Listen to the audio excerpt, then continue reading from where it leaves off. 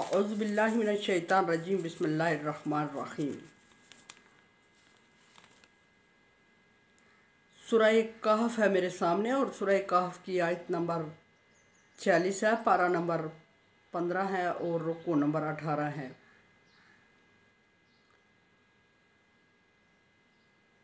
आयत नंबर 44 और 45 में अल्लाह तबारक व तआला ने दुनिया की बेवकती और बेसबाती का जिक्र करते हुए फरमाया कि ये दुनिया और इसकी चहल पहल और रेल पेल जो हैं ये खुश होने वाली चीज़ें नहीं हैं, ये आर्जी हैं। फिर मिसाल दे के आसमान से बारिश का बरसना और आर्जी पानी की, और फिर ज़मीन की रोईदगी और आर्जी रोईदगी की मिसाल दे के दुनिया को उससे मरबूत किया। दुनिया भी उसी तरह आर्जी है। देखते हैं कि आगे अल्लाह तबारक व तआला आयत नंबर 46 में क्या फरमाएंगे। बात कंटिन्यू करते हुए अल्लाह तबारक व तआला आगे फरमा रहे हैं कि अल माल वल बनून जिनता हयात दुनिया, माल दौलत जो है वो दुनिया की ज़ेब ज़ीनत है। माल और औलाद सिर्फ दुनिया की खूबसूरती और रनाई है और दुनिया की खूबसूरती के असबाब हैं, और ये दुनियावी नेमतें हैं और इन दोनों ने चीज़ों ने ख़त्म होना है। दुनिया की खूबसूरती के लिए अल्लाह तबारक व तआला ने इनको पैदा किया। एक जगह अल्लाह तबारक व तआला ने फरमाया कि इन्नमा अम्वालकुम व औलादकुम फितना, तुम्हारे माल और तुम्हारी औलादें तुम्हारे लिए आजमाइश हैं। फिर इसको आँखों की ठंडक करार दिया औलाद को, और दिल का सुकून करार दिया औलाद को। और बात करने का मकसद ये है कि कोई भी चीज़ अल्लाह तबारक व तआला ने जिसकी बेसबाती और बेवकूती ज़िक्र की, उसकी कोई ना कोई फिर अफादियत भी ज़िक्र फरमाई,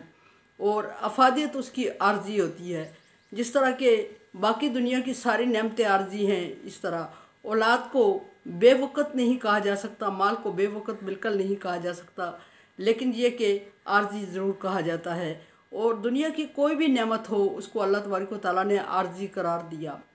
अब दुनिया की सारी नेमतों को अगर आर्जी करार दिया है तो फिर कोई ऐसी चीज़ भी होनी चाहिए जो दायमी हो, सबाती हो। उसको जिक्र करते हुए अगर अल्लाह तबारक व तआला फरमाते हैं बाकियात सालिहात, बाकी रहने वाली जो हैं नेकियां हैं जो इंसान के साथ जाएंगी। एक हदीस के मुताबिक ये भी है कि इंसान को जब मैयत को दफना के आया जाता है तो सारी चीज़ें इंसान की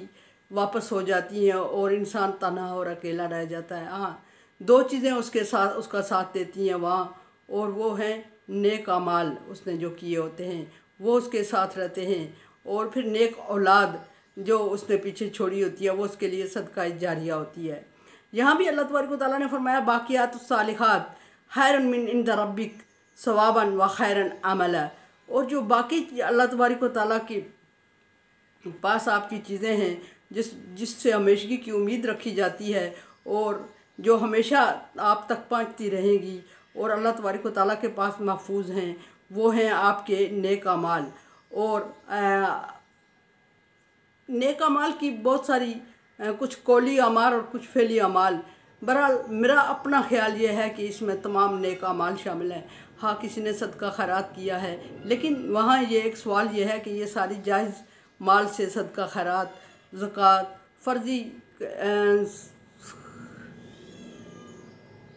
सदकात, नफली सदकात, या भी दुनिया की कोई भी और नेमत जो अमल जो उसने आखरत की नीयत से किया हो और आखरत में उसको अजर मिले, उसमें सारे अमाल आते हैं।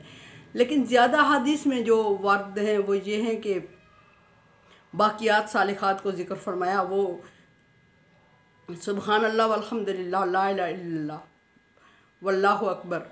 तस्बीह तहलील, ला हौल माशा अल्लाह ला हौल वला कुव्वता, पीछे भी बात चली। इस तरह की तस्बीहात हैं जो कि अल्लाह तबारक व तआला को पसंदीदा हैं अल्लाह तबारक व तआला की, और वो हमेशा रहने वाली हैं, उनको बाकियात सालिहात कहा गया है। बहुत सारी हदीसों में यही रवायत है कि बाकियात सालिहात ला इलाहा इल्लल्लाह वल्लाहु अकबर ला हौल वला कुव्वता इल्ला बिल्लाह की तस्बीहात हैं।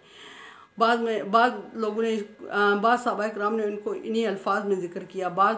जगहों पे इनको तस्बीह, तालील, तकबीर इनके अल्फाज से ज़िक्र किया। और नबी सल्लल्लाहु अलैहि वसल्लम की भी महबूब तरीन साबित हुई हैं कि आप सल्लल्लाहु अलैहि वसल्लम सुबह शाम इन्हीं तस्बीहात की विरद में रहते थे। हज़रत साद लिखते हैं कि मैं इस्लाम जब कबूल किया तो सुबह सवेरे में निकल पड़ा नबी सल्लल्लाहु अलैहि वसल्लम की खिदमत में हाज़िर होने के लिए, और फिर ज़वाल के वक्त में पहाड़ पे चढ़ा, फिर उतरा, फिर चढ़ा, और फिर नबी सल्लल्लाहु अलैहि वसल्लम के पास पहुंचा। तो आप सल्लल्लाहु अलैहि वसल्लम के हाथ पर जब बैत लिया आपने, मैंने शर्फ़ इस्लाम कबूल करने का शर्फ़ हासिल किया, तो आप सल्लल्लाहु अलैहि वसल्लम ने मुझे कुल वल्लाहु अहद अल्लाहु समद पूरी सूरत ये सिखाई, और ज़ुलज़िलतिल अर्ज़ सूरह ज़िलज़िलत वो सिखाई, और उसके बाद आप सल्लल्लाहु अलैहि वसल्लम ने मुझे यही कलमात सुबहानल्लाह ला हौला वला कुव्वता इल्ला बिल्लाह, माशाअल्लाह ला हौला वला कुव्वता इल्ला बिल्लाह, सुबहानल्लाह वल्हम्दुलिल्लाह ला इलाहा इल्लल्लाहु वल्लाहु अकबर, ऐसे यही सारे अल्फाज मुझे सिखाए और फरमाया कि ये चीज़ें बाकी रहने वाली हैं, बाकी दुनिया की सारी चीज़ें फ़ना होने वाली हैं। पिछली आयत में दुनियादारी का जिक्र हुआ था, उसी से मरबूत ये अगली आयत जिक्र हुई है। दुनियादारी में कुछ लोगों का रुझान ज़्यादा होता है और वो दुनियादारी में लग जाते हैं तो आखिरत को बुला बैठते हैं, और फिर जब लग जाता है तो जिस आयत में अल्लाह तबारक व तआला ने फरमाया कि इन्नमल अम्वालकुम औलादकुम फितना, तुम्हारे माल और तुम्हारी औलादें तुम्हारे लिए आजमाइश हैं, तो उसका मकसद ये है कि आप सल्लल्लाहु अलैहि वसल्लम ने ये नहीं फरमाया कि इन चीज़ों को बिल्कुल तल्फ़ कर दें, बल्कि ये कि उनको जायज़ तरीके से अमाल को हासिल करें। और ये भी उसका एक वजह ये भी आज के जेल में आती है कि चूँकि माल दौलत की लालच जिस इंसान के दिल में बस जाए तो वो उसको हासिल करने में हलाल और जायज़ तरीके को भूल जाता है, और नाजायज़ तरीके से भी किसी न किसी तरह उसको हासिल करने की कोशिश करता है, और फिर जब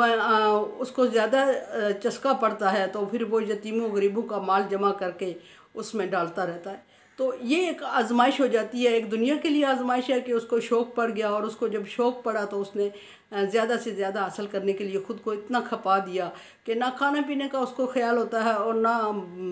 इबादत का ख्याल होता है। जो चीज़ें आखिरत में उसके लिए, दुनिया में भी उसके लिए नुकसान का सबब बनती हैं कि वो उसकी सेहत आहिस्ता आहिस्ता गिरने लगती है, और फिर आखिरत को बुला देता है, इसमें मसरूफ़ हो जाता है, तो आखिरत भी उसकी बर्बाद हो जाती है, क्योंकि अमाल वो साले नहीं कर रहा होता और नाजायज़ ज़रिए से हासिल कर रहा होता है दौलत, और उसको चूँकि एक ही शौक़ पड़ा होता है। इसी तरह औलाद की परवरिश और तरबियत भी एक आजमाइश है कि अगर इंसान को अल्लाह तबारक व तआला ने औलाद की नेमत से नवाजा है और उसके पास गुज़ारा औकात के लिए माल दौलत नहीं है, तो वो इस कदर मेहनत और मशक्क़त में पड़ जाता है कि वो हलाल आराम की तमीज़ भूल जाता है, पहली बात। और दूसरी बात यह है कि अपने वक्त को इस तरह कदर सर्फ करता है कि वो अपनी सेहत का ख्याल भी नहीं और औलाद और अल्लाह तबारक व तआला के अहकामात को भी बजा नहीं लाता, और उसी में पड़ा रहता है औलाद की परवरिश और तरबियत और उनके लिए कमाने में। तो फिर ये इस तरह भी फितना है। और दूसरी सूरत में ये, अब अगर इसको देखा जाए तो ये अल्लाह तबारक व तआला ने इसको दुनिया तक महदूद रहने की ज़ीनत करार दिया, लेकिन एक सूरत ये भी है कि इनको सदका जारिया में करार दिया कि जब इंसान, मैंने हदीस अर्ज़ की कि जब इंसान की मैयत को दफना के आया जाता है तो सारी चीज़ें कट जाती हैं, सारे रिश्ते नाते कट जाते हैं, सिर्फ़ औलाद और नेक अमाल रह जाते हैं, जो कभी उसने नेक अमाल किए हों या पीछे नेक औलाद छोड़ी हो, तो वो सदका जारिया की सूरत में। तो मकसद ये है कि कोई भी चीज़ इतनी वबाल नहीं होती, वबाल जान नहीं होती, और कोई भी चीज़ इतनी सुकून कल्ब नहीं होती होनी चाहिए। अल्लाह तबारक व तआला के साथ दिल लगाएं और इन चीज़ों को वक्ती तौर पर और फ़ायदे के तौर पे किसी हद तक हासिल करना और इनसे फ़ायदा उठाना, और उनको ऐसे तरीके से करना कि जो अल्लाह तबारक व तआला के बताए हुए अहकामात हैं उनके मुताबिक करना, तो फिर यही चीज़ें सवाब का सबब बनती हैं। और यही फिर चीज़ें अगर गलत तरीके से हासिल की जाएं, औलाद की गलत तरबियत की जाए, औलाद की तरबियत में इस कदर मगन हो जाना कि अल्लाह के अहकामात को भूल जाना, अपने आप को भूल जाना, जायज़ नाजायज़ को भूल जाना, तो वो औलाद फितना हुआ करती है। और उसी औलाद के लिए अगर इंसान जायज़ तरीके से महदूद कोशिश करे और महदूद वसाइल में उनको अच्छी तरबियत और परवरिश करे और उनको दीन सिखाए और नेक कामों पे लगाए, उनकी तबीयत को माहिल करे, नेक कामों की तरफ तरबियत उनकी ऐसी करे, तो वही औलाद उसके लिए सदका जारिया है। इसी तरह वही माल जो उसने नाजायज़ तरीके से अगर उसने कमाया तो वही माल उसके लिए तबाही का बायस होता है और आजमाइश होता है। और वही माल अगर उसने जायज़ तरीके से कमाया और फिर उसको जायज़ तरीके से खर्च किया और अल्लाह की राह में खर्च किया और अल्लाह तबारक व तआला के अहकामात को नहीं भूला, यतीमों को, गरीबों, बेवाओं का हक़ नहीं मारा, बल्कि मेहनत और मशक्क़त से कमाया और बरकत की दुआ की और फिर उसको गरीबों, यतीमों और बेवाओं पे खर्च किया, और या कोई सदका जारिया के लिए कोई चीज़ बना ली, पुल बना लिया, पानी बनवा लिया, कोई ऐसा काम कर लिया जिससे वह उसके लिए सवाब हो, अजर हो, तो वही माल जिसको एक जगह फितना करार दिया गया है, वही माल उसके आमाल साले में सदका जारिया के तौर पे बाद में काम आएगा। उस माल को अगर अल्लाह की राह में खर्च करके जाता है तो अगर तिजोरियों भर के जाएगा तो वो माल आजमाइश है, और अगर औलाद की गलत आजमाइश